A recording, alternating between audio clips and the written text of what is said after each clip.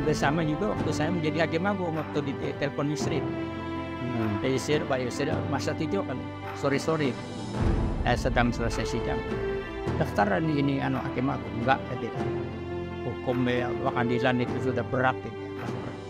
Sulit gitu. Ya Anda jangan ngomong aja, bedain.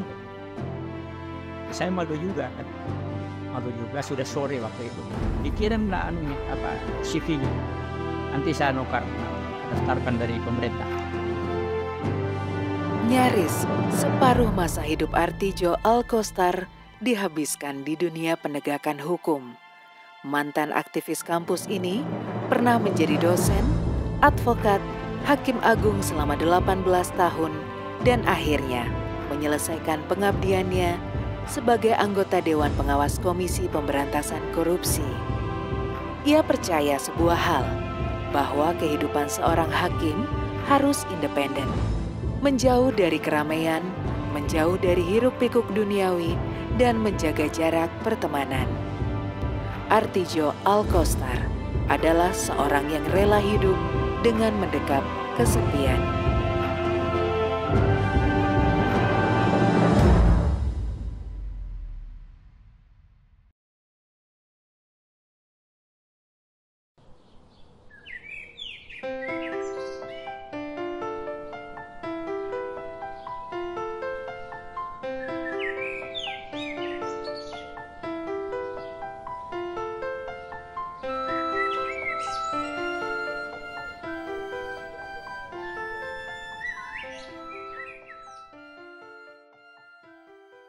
Artidjo Alkostar dilahirkan di Asembagus, Situbondo, Jawa Timur pada 22 Mei 1949.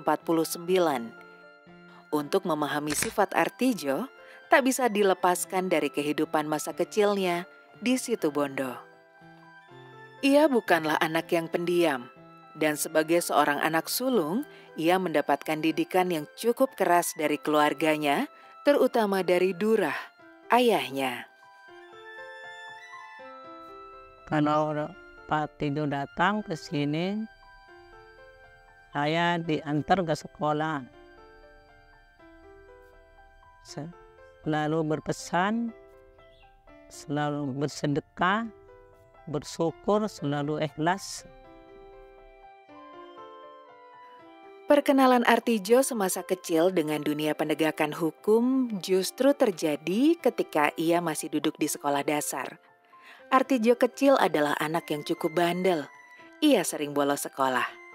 Durah, sang ayah, cukup prihatin dengan situasi ini. Durah lantas mengambil sikap. Ia kemudian bersekongkol dengan koleganya yang berprofesi sebagai polisi di Polsek Jangkar, Situbondo. Polisi tersebut menjemput Artidjo yang saat itu berada di rumah karena menolak untuk sekolah. Alhasil, Artidjo dipaksa untuk menginap pada sebuah sel kosong di polsek tersebut. Hal ini membuat Artidjo ketakutan. Ia kapok. Sejak itu Artidjo tak lagi bandel. Dan ternyata, jauh di lubuk hati seorang Artidjo, peristiwa di sel tersebut menguatkan hatinya untuk bercita-cita menjadi seorang penegak hukum. Ia ingin menjadi seorang polisi. Hobinya saya dulu kan mengembala kambing. Dan juga setelah itu memelihara sapi, ya, nyambit ngarit itu. Ya. Juga saya sebagai joki, sebagai tukang tongkok nama istilahnya. Tukang tongkok. Semacam joki kerapan sapi gitu. Sapinya itu biasanya didatangkan dari Madura. Dari Pulau Sepudi namanya. Itu makanya hobi saya dulu malas untuk sekolah ya. Karena lingkungan saya, kawan-kawan saya itu hobinya begitu. Jarang sekolah, kan banyak sekolah.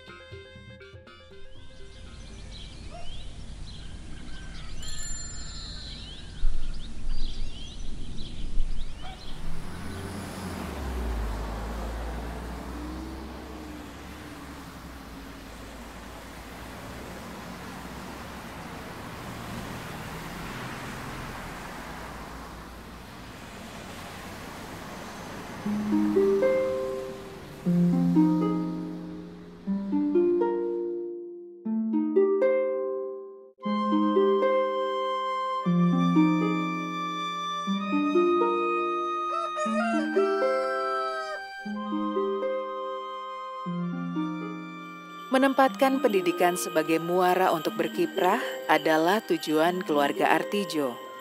Setelah Artijo lulus sekolah menengah atas, ayahnya mendorong Artijo untuk kuliah di Yogyakarta. Ini adalah sebuah hal yang tidak lazim, karena kebanyakan teman Artijo memilih melanjutkan pendidikan ke pondok pesantren, bekerja, atau malah menikah muda. Kala itu Artijo adalah orang kedua asal Situbondo yang memilih untuk kuliah di Yogyakarta. Ya itu ayah saya itu bilang ya karena mindset ya pikiran orang Sembagus itu kan hampir sama dengan orang Madura. Jadi ya, pokoknya ya ngaji itulah. Satu-satunya gambarannya menantu yang paling baik itu yang ngaji kan. Lalu saya oleh ayah saya itu tidak begitu, ya tidak begitu. Jadi saya disuruhkan dianukan oleh ayah saya itu ya terus sekolah. Artijo memutuskan untuk kuliah di Fakultas Hukum Universitas Islam Indonesia, Yogyakarta. Semasa kuliah, ia tidak hanya duduk diam sembari mengerjakan tugas dari para dosennya. Artijo rela menempuh berbagai cara, termasuk melakukan demonstrasi ketika melihat peristiwa yang menurutnya tidak adil. Ia mencermati banyak hal yang ada di sekitarnya. Dengan kata lain, Artijo menjelma menjadi aktivis kampus. Selain aktivitas diskusi di kampus, juga aktivitas diskusi dalam dulu waktu ada organisasi intra mahasiswa itu, dia memimpin Majelis Permusyawaratan Mahasiswa MPM. Dia ketuanya, saya anggotanya. Nah di dalam rapat itu sosok Artijo itu sudah menggambarkan satu sosok yang seperti hakim.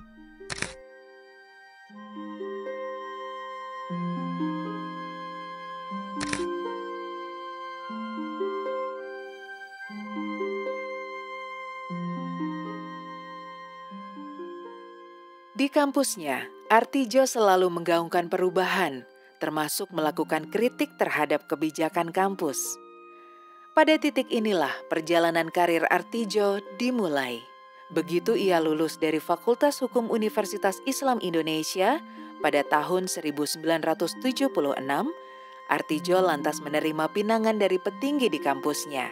Artijo ditantang untuk membenahi kampus dengan cara menjadi dosen. Dan ia menerima tantangan itu, meski ia sadar betul bahwa pada waktu itu gaji dosen tidak cukup untuk memenuhi kebutuhan sehari-harinya. Lalu saya sering aktif demonstrasi atau apa ya, demo protes, ngeritik fakultas gitu karena saya berada di Dewan Mahasiswa. Lalu satu saat tipis itu saya Dahlan Taif, profesor yang sudah meninggal. Lalu Agus Darmawidi mungkin sekarang masih ada, sudah pensiun di Dikbud ya, sering memprotes ya, mengkritik fakultas. Lalu saya dikritik oleh Profesor Pak Dekan Fakultas Hukum, Profesor Noto Santo waktu itu. Ya, gitu.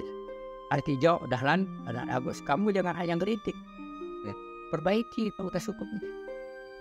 Dan lalu saya sering mengkritik orang menjadi menjadi pegawai di Fakultas Hukum, menjadi asisten, lalu setelah diterima di Jakarta dia pindah.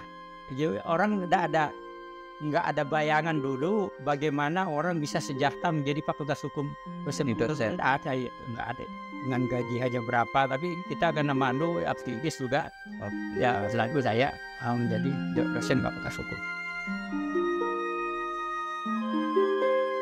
Dan karena saya aktivis, beliau juga aktivis di semasa mahasiswanya, beliau juga direktur lembaga hukum, dan kebetulan saya ketua Badan Perwakilan Mahasiswa. Ketika itu beliau dekan satu akademis Fakultas Hukum. Nah, saat itulah saya sangat terkesan kepada beliau ini mengajak saya ke Madura. Saya pikir apa ini tujuan mengajak ke Madura. Ternyata sampai di Madura saya diajak mengunjungi tahanan politik. Saya pikir hanya untuk berdharma wisata mengenalkan kampungnya, ternyata tidak. Latar belakangnya sebagai aktivis kampus membuat ia tak berjarak dengan mahasiswa ketika menjadi dosen. Status boleh berganti, tetapi tabiat kesehariannya tidak ada yang berubah. Artijo tetap menjadi sebuah pribadi yang menyenangkan. Mahasiswa kerap berdiskusi dengannya layaknya kawan dan bahkan diperbolehkan meminjam buku koleksi pribadinya. Tak jarang mereka bersama-sama menonton film India yang diputarkan di bioskop setempat. Ya, film India itu itu kan sebetulnya cerita romantis kan. Cerita romantis kadang-kadang dibumbui dengan cerita-cerita kepahlawanan. Jadi komposisi itu saya kira dan filsafat dialognya itu juga mendidik katanya filsafatnya dia. Jadi menjadi hidup lalu sampai saya. Jadi tidak hanya tarung seperti film-film silat gitu deh. Tapi itu menggambarkan segi kemanusiaan yang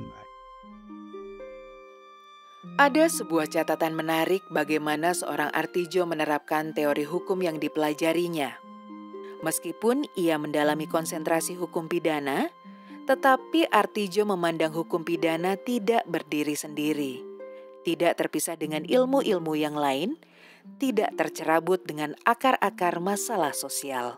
Sebagai contoh, Artijo melakukan penelitian lapangan mengenai gelandangan di wilayah Ujung Pandang atau yang kini dikenal sebagai Kota Makassar, Sulawesi Selatan. Ia bahkan rela 9 bulan lamanya mewawancarai dan bahkan tidur serta makan bersama dengan para gelandangan tersebut. Hasil penelitian tersebut tertuang dalam sebuah buku yang terbit pada tahun 1980 dengan tajuk Insan Kesepian dalam Keramaian. jadi dia kalau ada hari kemerdekaan, perayaan itu seolah-olah harus bersih digusur gitu kan. Jadi dia gelandangan itu ya seperti ya saya kalau sudah begini ini kita ini masyarakat tidak dapatan, tidak bisa merayakan kalau ada hari raya itu tidak bisa merayakan. Jadi itu masalah sosial kemanusiaan. Nah, secara teoritik itu ya tentu ada penyebabnya secara internal dan eksternal. Ya. Internal itu artinya misalnya masalah keluarga. Tidak diperhatikan oleh keluarga. Ya artinya apa? Mereka itu kan intinya sebagai seorang manusia yang otonom kan perlu ada perhatian dari secara kejiwaan kemanusiaan. Jadi kalau sudah akrab itu enak sekali. Jadi mereka waktu saya mempresentasikan hasil penelitian itu banyak orang tidak percaya apa benar Pak Tijo ini bergaul dengan anti ini. Benar fotonya Anda sebenarnya. Itu kan penelitian terlibat namanya kan. Iya. Partisipatornya. Kepekaan Artijo kepada orang-orang terpinggirkan semakin terasah ketika ia memutuskan untuk bergabung dengan Lembaga Bantuan Hukum Yogyakarta. Bergabungnya Artijo ke lembaga itu terjadi tidak lama setelah ia menyelesaikan penelitiannya soal gelandangan. Kelak, bergabungnya Artijo di Lembaga Bantuan Hukum Yogyakarta akan membentuk sikap dan sifatnya terkait dengan penegakan hukum, terutama juga soal kesederhanaannya dalam menjalani kehidupan.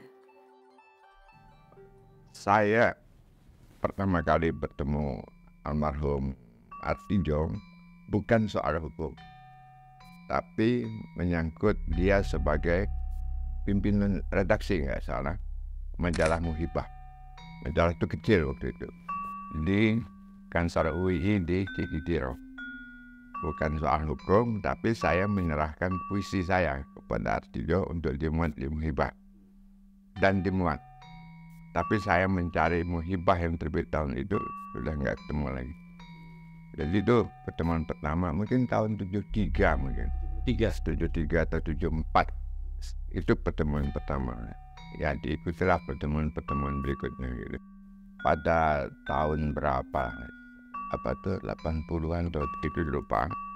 Itu atau 70-an akhir. Saya dulu lulusan UGM. Tapi dekat dengan alumni UII. Jadi antara lain waktu itu Dahlan Taib, almarhum Edi Sopyan, almarhum Jauhari Santoso juga sudah almarhum. Kita mendirikan lembaga penyuluhan, pengabdian, penyuluhan dan pengkajian hukum, disingkat LP3H. Di situ juga ada pengacara Ali Arifin, adalah Lin Welas, ada siapa? Ramdan Naning dari UII yang sekarang masih hidup, Sri Wardah. Pesan kan? Sri Wardah, Pak Darwin Harsono. Nah, kita dirikan. Nah, karena waktu itu Kopkamtib melarang berdirinya LBH di daerah-daerah. Saya ngomong sama Bang Buyung, yang dilarang kan LBH Bang. Kalau kita pakai nama lain gimana? Wah, bagus juga ide itu. Kita pakailah nama Lembaga Pengkajian, Penyuluhan dan Pengabdian Hukum. Saya tanya sama Bang Buyung, gimana kalau LP3H itu dirubah namanya, artinya menjadi LBH, cabang dari YLBHI. Bang Buyung setuju, kan Bang Buyung setuju, dikumpulkanlah beberapa organisasi bantuan hukum di Jogja, termasuk yang Artijo punya lembaga juga, lain punya lembaga. Kita pertemuan lah yang ada dipoto oleh Hugo Kagaman. Pertemuan di sana. Waktu itu sudah sepakat mendirikan LBH, Bang Buyung, dan juga itu didanai oleh Ford Foundation. Minta saya jadi direktur. Nah, saya lagi-lagi di LP3. Ada yang lebih senior dari saya. Waktu itu ada yang lebih senior dari saya, Marhaban Zainun. Marhaban Zainun akhirnya menjadi direktur. Saya dan Artijo, direktur 1, direktur 2, Daris Purba, kepala kantor, enggak kan? Daris Purba, kepala kantor, dan beberapa personil lainnya gitu. Jadi itu tahun 81 enggak? Serta LBH itu kita membuat dulu kan orang berbicara itu sangat sulit sekali untuk bebas berbicara. Jadi setiap Bang Buyung datang ke Jogja, mesti itu sudah ada intelijen datang ke intelijen. Sulit sekali karena begitu perkasanya kekuasaan Presiden Soeharto itu. Lalu orang mau bicara aja bisa sudah di intelijen. Lantas apa perbuatan lalu LBH waktu direkturnya saya membuat cabang-cabang di tiap kabupaten, Wates, Sleman. Artijo membela orang yang dituduh menjadi komunis gara-gara orang itu tidak mau menyerahkan tanahnya kepada pemerintah. Ia membela mereka yang dituduh ingin mendirikan negara Islam oleh pemerintah. Tuduhan yang kemudian dikenal sebagai kasus Komando Jihad. Juga ada kejadian fenomenal, kasus penembakan misterius atau yang dikenal sebagai Petrus. Artijo juga turut mengawal kasus yang terjadi sejak tahun 1982 hingga tahun 1985 tersebut. Penembakan misterius atau Petrus pertama kali terjadi di Yogyakarta. Adalah Letkol M. Hasbi yang pada November 1982 menjabat sebagai Komandan Kodim 0734 Yogyakarta. Ia menggalakkan operasi pemberantasan kejahatan atau OPK.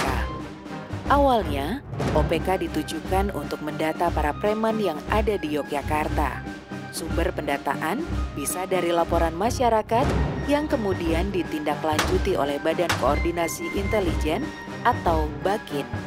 OPK sendiri dilakukan berdasarkan laporan dari mahasiswa yang merasa tidak nyaman ketika melakukan aktivitas malam.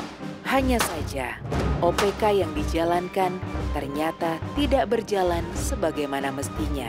Di lapangan, bukti menunjukkan banyak preman yang kemudian tewas karena ditembak. Penembaknya sama sekali tidak dikenal, dan media kemudian memberikan istilah bagi peristiwa itu sebagai penembakan misterius atau Petrus. Dengan pikiran yang jernih dan hati yang tulus, saya sebagai Kepala Negara Republik Indonesia mengakui bahwa pelanggaran hak asasi manusia yang berat memang terjadi di berbagai peristiwa. Dan saya sangat menyesalkan terjadinya peristiwa pelanggaran hak asasi manusia yang berat. Yang pertama, peristiwa 1965-1966. Dua, peristiwa penembakan misterius 1982-1985. Selepas menunaikan tugas di Lembaga Bantuan Hukum Yogyakarta pada tahun 1989, Artidjo mendapatkan tawaran untuk pergi ke Amerika Serikat. Tawaran itu berasal dari Sidney Jones. Perempuan ini dikenal Artidjo semenjak menangani kasus-kasus struktural di Lembaga Bantuan Hukum Yogyakarta. Berbekal izin studi dari Rektor Universitas Islam Indonesia kala itu, Artidjo kemudian menginjakan kakinya di negeri Paman Sam. Awalnya, Artidjo belajar bahasa Inggris di Columbia University Amerika Serikat. Selang beberapa waktu, ia turut membantu pekerjaan Sidney Jones di Human Rights Watch Division Asia yang berada di New York. Sampai pada akhirnya, Artidjo bergabung pada program Public Interest Law sebagai bagian dari pelatihan advokat di Columbia University. Proses tersebut dijalani Artidjo selama 2 tahun. Tahun 78 itu saya mengenal beliau sebagai dosen. Dosen saya di Fakultas Hukum UII. 78 saya masuk ke UII, terus biasanya kan ada ceramah-ceramah dari senior-senior dan dosen muda itu ya. Nah di situ Artidjo itu memberi ceramah di dalam beberapa kegiatan sebagai dosen muda beliau. Nah tahun kedua, tahun 79, Pak Artidjo ini sudah ngajar ke kelas sebagai asisten dalam bidang hukum pidana. Asistennya Bu Mulyatno. Nah di situ saya mulai kenal Pak Artidjo, kenal mengajarnya bagus sekali, orangnya selalu baca koran apapun dia beli di pinggir jalan, dibawa ke rumah dibaca satu-satu, jadi bacanya banyak, buku apalagi gitu, sehingga di rumahnya di mana dia tinggal sendiri itu kocar-kacir lah seperti tempat pembuangan sampah karena koran-koran itu begitu dibaca lempar gitu. Iya di rumahnya di Godean sana ya. Saya sering ke sana. Beliau mau ke luar negeri. Beliau berangkatlah tahun 88 atau 89 berangkat. Nah, saya lulus S2, saya terus kontakan sama dia. Saya masuk S3 di sini di UGM, tapi saya mendapat sandwich program ya untuk ke Amerika. Nah saya teleponan sama dia terus, Bang saya mau ke sana. Oh ya bagus, carikan tempat saya untuk belajar. Dicarikanlah oleh dia Asia Watch namanya. Iya Asia Watch di Columbia University. Saya dipertemukan dengan seorang Indonesianis namanya John Bresnan. Sama Artidjo, jadi dia ngurus, ini ada adik saya mau ke sini tolong dibimbing, tapi dia tidak kuliah melainkan meneliti, menjadi visiting scholar gitu ya di Columbia. Nah jadi saya ke Amerika itu yang ngatur teknisnya datang kemana, naik apa, dan seterusnya itu ya Artijo itu. Nah di situ saya pada bulan September tahun 90 saya berangkat ke Amerika. Di situ ketemu Artijo. Mula-mula saya satu apartemen, beda kamar gitu ya. Satu apartemen dengan dia. Kemudian saya cari apartemen sendiri, tidak jauh dari dia. Tapi kami selalu pergi bersama-sama, pergi berjalan. Terutama kalau hari Sabtu dan Minggu kami makan bersama. Gitu ya, kalau hari-hari kerja kan di Amerika itu ketat, masuk jam sekian, pulang jam sekian gitu. Kalau tidak penting sekali tidak ketemu di hari kerja. Tapi kalau Sabtu dan Minggu kami selalu bersama di Amerika. Track record Artijo memang track record orang yang tegas, berani di dalam memerangi tindak pidana korupsi sejak dia masih muda. Sejak dia masih menjadi pengacara jalanan. Sejak dia menjadi pengacara yang nggak mau dibayar. Sejak dia jadi pengacara yang kesana kemari hanya mengendarai sepeda motor butut. Dan itu dia tidak ragu-ragu untuk menerapkan hukum yang pasti dan adil, sekalipun dia sebagai lawyer. Sebagai lawyer dia bicara kepada kliennya. Kalau Anda mau cari kemenangan, jangan pakai Artijo.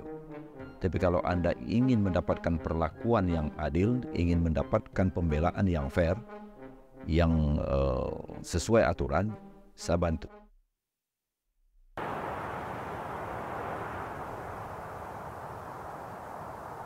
Pada tahun 2000, sekembalinya Artijo dari Amerika, ia membuka kantor pengacara bernama Artijo Alcostar and Associate. Di kantor tersebut, ia mencoba menyalurkan idealismenya. Hanya saja, idealisme yang dibawanya ternyata tidak sesuai dengan kenyataan yang ada di lapangan. Klien yang datang kepadanya rata-rata mengharapkan kemenangan di pengadilan. Sementara, ia tidak bisa menjanjikan hal itu. Bahkan Artijo sering menerima klien yang sama sekali tidak punya uang. Mereka butuh pendampingan, tetapi tak sanggup membayar. Artijo juga mengharamkan dirinya untuk berkomunikasi dengan hakim atau pihak lain tentang perkara yang ditangani. Dulu saya sering, karena membela perkara sering kalah saya dulu. Saya memelihara ayam begisar. Jadi Apa kalau hubungannya pulang sidang kekalahan? kalah perkara itu saya dengarkan bunyi begisar itu.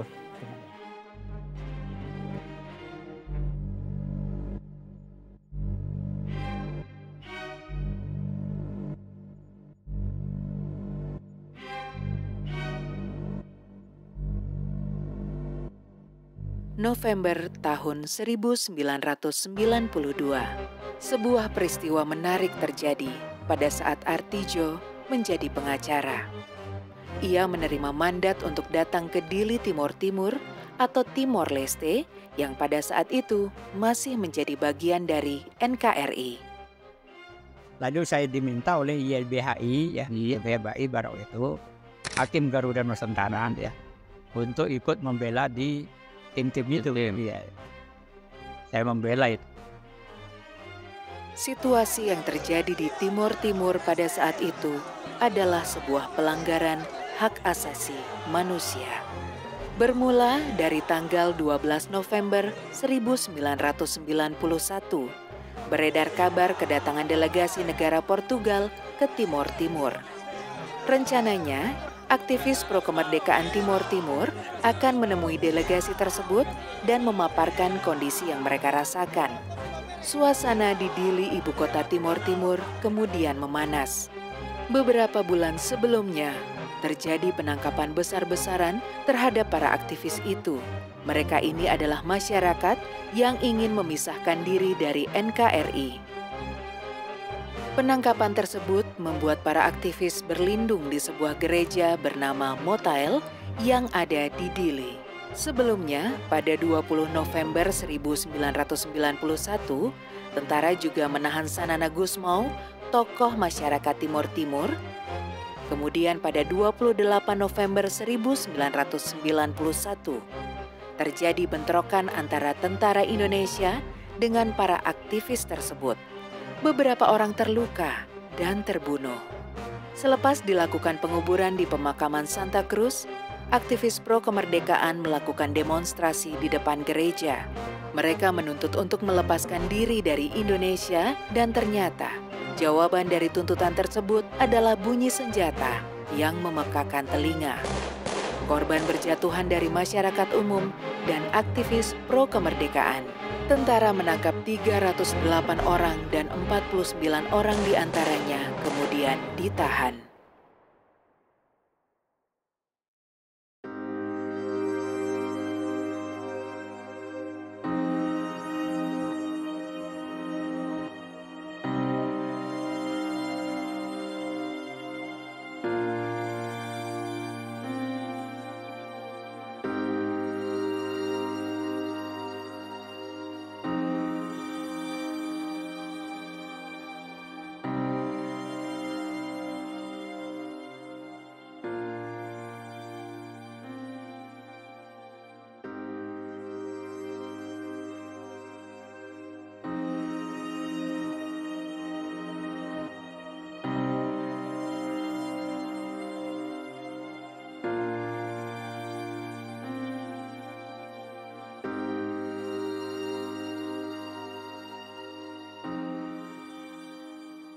Nah, ketika menjadi hakim agung, itu ada mungkin sebuah cerita tersembunyi ya.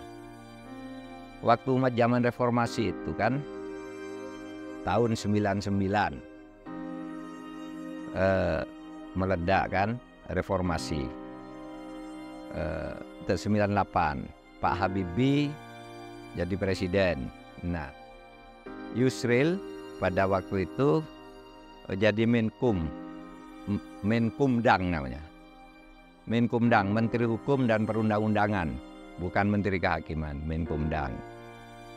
Nah, kan ada reformasi, perlu hakim agung. Nah, Yusril itu mengumumkan di media, pemerintah punya 3 orang calon hakim agung. 1 Mulia Lubis, tahun itu ya, tahun 9. Yang 2 Mahfud MD dari Jogja. Yang ketiga Tri Mulya De Suryadi, tahu nama itu ya, pengacara kondang dari Surabaya. Ya kan, jadi calonnya tuh Mulia Lubis, Mahfud, Tri Mulya, hakim agung edisi pertama. Terus saya dikontak Pak Yusril, Pak Mahfud, pemerintah perlu hakim agung. Kami memasukkan nama Pak Mahfud di situ. Lalu saya bilang, Pak Yusril, bukannya hakim agung tuh umurnya harus sudah 50. Pak Mahfud umur berapa? Saya 45 aja belum ada, saya bilang. Saya waktu itu 43 atau 42.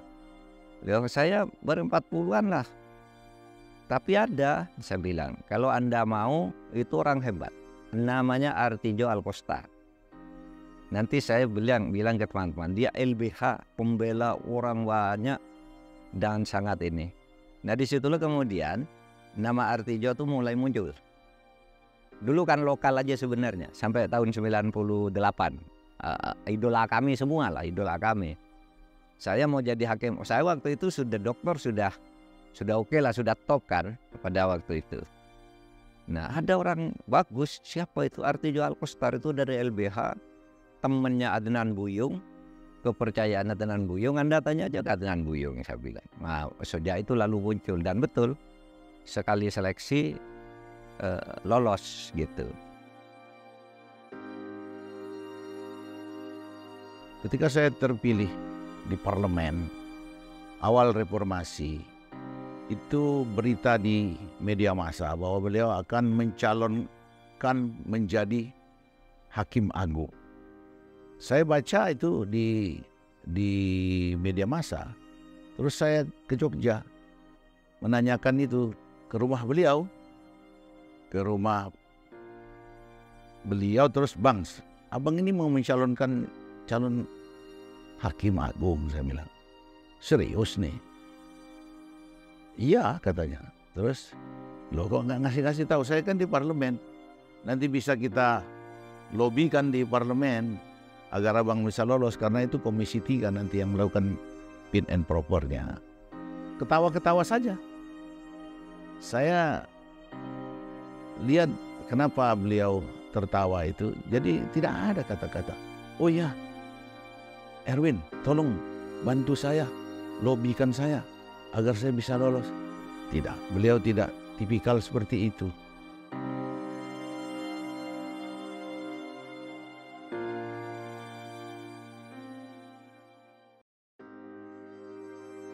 Kalau jadi driver sekitar 2003 sampai 2018 setelah beliau pensiun. Kalau dari rumah ke kantor itu tas selalu dibawa sendiri, nggak pernah mau dibawakan sama saya. Sampai kantor pun beliau juga bawa sendiri, nggak pernah dibawa. Jadi beliau nggak pernah mau nyuruh saya bawa tas gitu. Sangat-sangat sederhana. Makan juga setiap hari nasi bungkus, nasi padang, kadang-kadang nasi kebuli. Karir Artijo meloncat jauh. Ia semula adalah aktivis lapangan dan terbiasa menjadi pengacara. Artijo, atas saran dari Menteri Kehakiman saat itu, Yusril Ihza Mahendra, lantas mendaftar menjadi Hakim Agung melalui jalur non-karir. Lalu saya ditempatkan di kamar pidana. Tidak. Lalu saya menjadi agak surprise diberi kasus besar langsung itu Pak. Iya.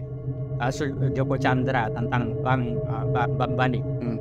Kasus Presiden Soeharto. Tidak saya bayangkan untuk mengadili Presiden Soeharto waktu itu. Lalu dengan perdebatan yang sangat sengit gitu. Jadi menurut anggota majelis saya anggota dulu. Ketua majelisnya waktu Pak Harto itu Pak Safiuddin yang ditembak itu. Ada. Iya. Itu saya bilang gimana ini?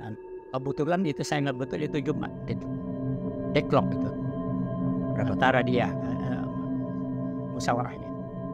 Antara dikembalikan berkasnya seperti di Pengadilan Negeri Jakarta Selatan atau diadili. Diadili karena Soeharto sakit kan permanen gitu, katanya dokter itu. Jadi jalan tengahnya lalu waktu itu disepakati Pak Harto itu tetap terdakwa, tapi diobati sampai sembuh, lalu diadili kembali setelah sembuh. Nah, setelah berapa waktu itu lalu Pak Safiuddin itu ditembak itu.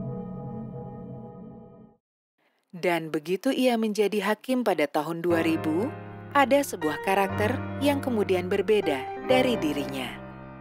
Ia mulai menjaga jarak dan membatasi lingkaran pertemanan. Baginya, hakim adalah sosok yang independen. Artijo lebih memilih menjalani kesepian dan berkutat dengan kasus yang ia tangani. Artijo berpendapat, hakim akan bertanggung jawab hanya kepada 3 hal. Pertama, kepada kebenaran ilmunya. Kedua, kepada publik dan institusinya. Ketiga, kepada Tuhan dan hati nuraninya. Satu hal, ketika ketemu di Jakarta itu, maaf Pak Artijo sudah jadi hakim agung. Saya waktu itu diamanati di Komisi Yudisial. Salah satu tugas misi Komisi Yudisial itu melakukan pengawasan terhadap badan-badan peradilan, termasuk hakimnya. Pengawasan dalam arti positif gitu ya. Nah, ketemu di toko buku Gunung Agung di Kuitang ya. Kemudian kita cari-cari buku gitu, ketemu ya say hello aja, salam begitu. Terus ada suara azan di musola di toko buku Gunung Agung. Terus dia salat, saya sholat. Terus ke ruang buku lagi, counter buku lagi. Terus saya bilang pada dia, Mas Artijo, ini sudah masuk zuhur. Gimana kalau kita makan di kantin bawah itu?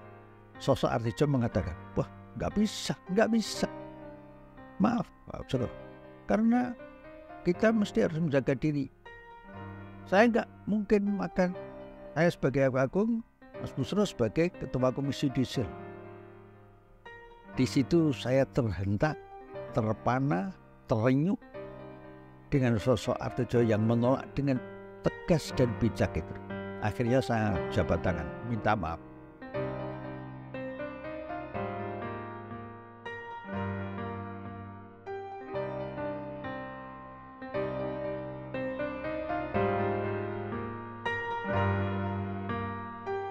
keberadaan Artijo Alkostar sebagai Hakim Agung selama 18 tahun di Mahkamah Agung itu telah memberi efek positif bagi citra Mahkamah Agung yang bertahun-tahun distigma publik sebagai lembaga peradilan tertinggi yang tidak dipercaya. Optimisme publik muncul kehadiran beliau seiring dengan sepak terjangnya di dalam mengadili tindak pidana korupsi. Ada satu kasus yang lagi ditangani Pak Artijo, disebutnya kasusnya, dan dengan sederhana dia ngomong, Pak Artijo, ini dari 3 hakim, 2 hakim sudah setuju untuk memenangkan kita. Tinggal Pak Artijo aja. Artinya kalau Pak Artijo ambil bagus, kalau nggak ambil juga nggak apa-apa, mereka tetap menang. Tapi kalau Pak Artijo ambil, ini ada kunci apartemen, Pak Artijo bisa pakai apartemen ini, dan ini ada uang, dia membawa tas. Saya betul-betul shock dan kaget, kok bisa sampai selugasnya orang ini. Dan itu kayaknya sudah hal yang lumrah di Mahkamah Agung pada waktu itu. Pak Artijo tidak berkata satu apapun.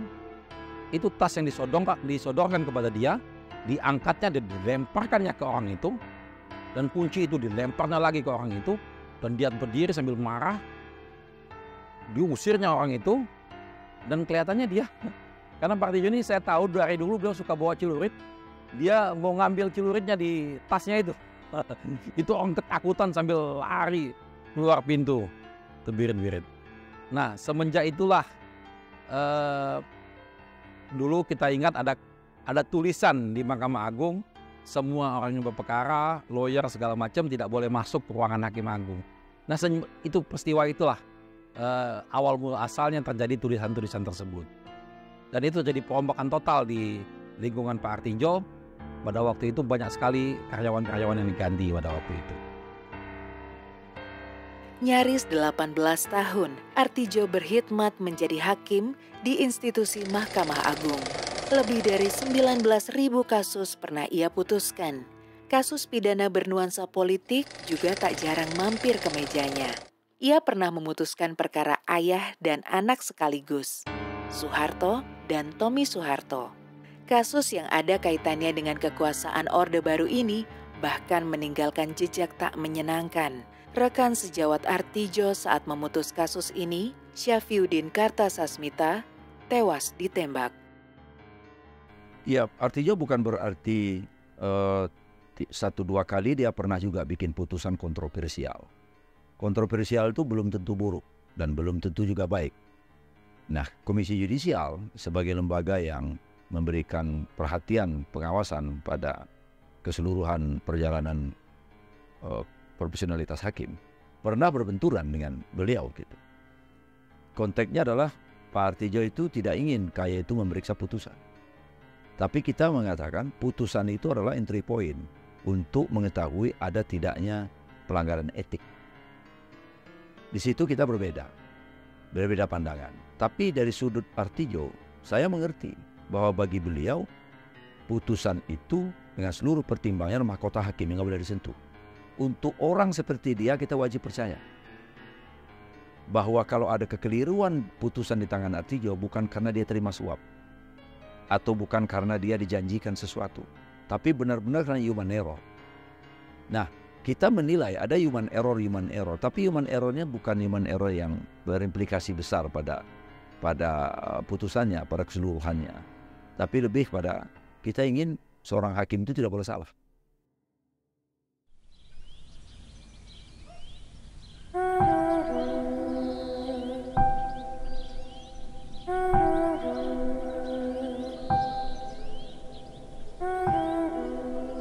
Ya tetap saya konsisten. Saya pernah wawancara Kick Andy juga. Dia kalau sudah pensiun gimana? Awalnya kan saya ditanya, Pak Artijo kan sebut-sebut untuk menjadi dicalonkan presiden. Itu. Saya jawab, saya tidak punya bakat dan tidak berminat. Kalau sudah pensiun ya saya pulang kampung melihara kambing gitu. Janji pada diri sendiri tak jadi ditepati. Itulah yang terjadi pada diri Artijo setelah ia pensiun sebagai hakim. Pada 20 Desember 2019, Artidjo dilantik menjadi anggota Dewan Pengawas Komisi Pemberantasan Korupsi. Saya berjanji bahwa saya untuk melakukan atau tidak melakukan sesuatu dalam tugas ini tidak sekali-kali akan menerima langsung atau tidak langsung dari siapapun juga suatu janji atau pemberian. Ternyata Artidjo tak mampu mengalahkan takdir.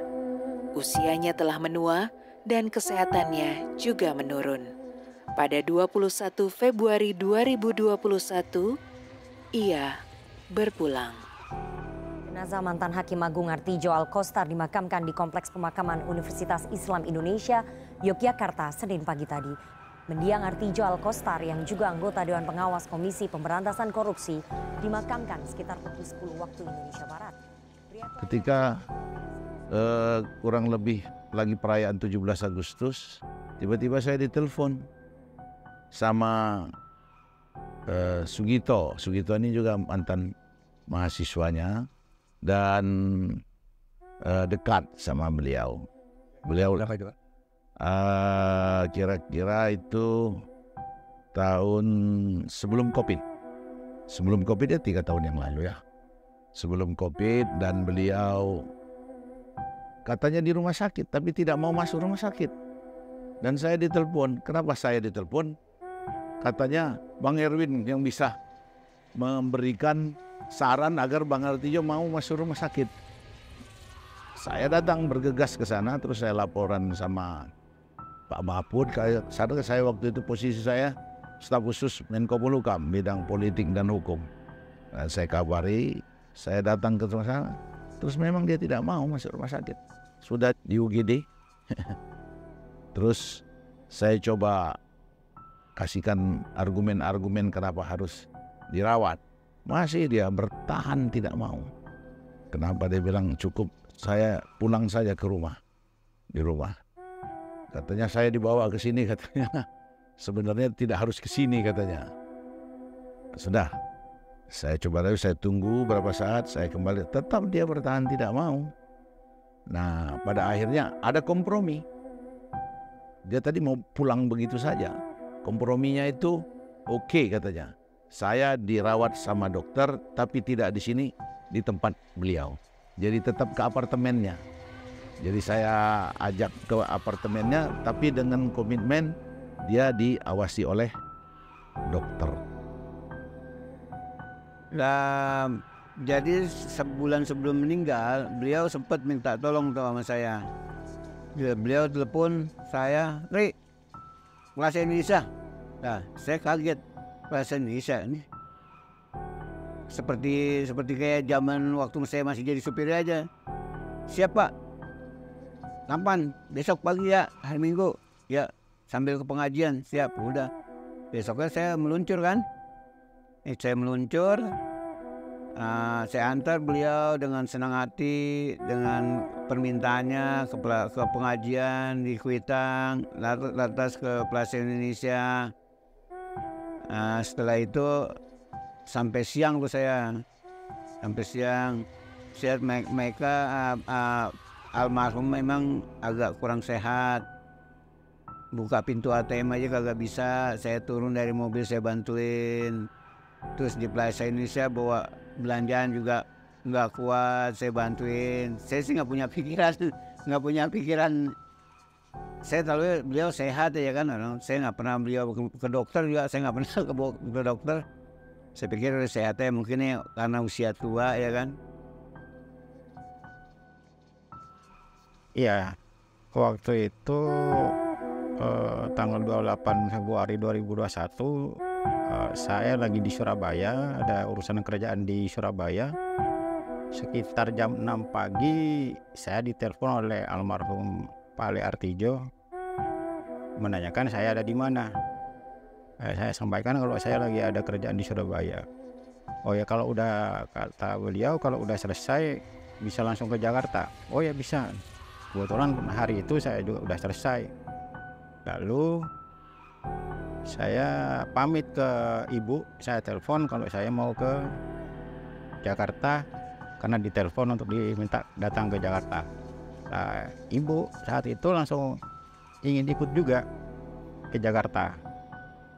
Akhirnya dari sini ke Surabaya sekitar 4 jam saya tunggu ibu di Surabaya. Sampai di Surabaya kita langsung berangkat melalui darat lewat jalan tol. Sekitar jam 10 dalam perjalanan, sekitar jam 10 lebih itu saya ditelepon oleh ajudan almarhum. Almarhum sudah tidak ada, sudah meninggal. Ya, kami semua yang ada di dalam mobil tidak percaya karena waktu pagi-pagi telepon saya pun biasa-biasa saja dan tidak ada keluhan sama sekali waktu itu. Jadi kami cuma diminta untuk datang saja kan, dan itu biasa sebenarnya diminta untuk datang, sebelum-sebelumnya sudah seperti itu bahasanya.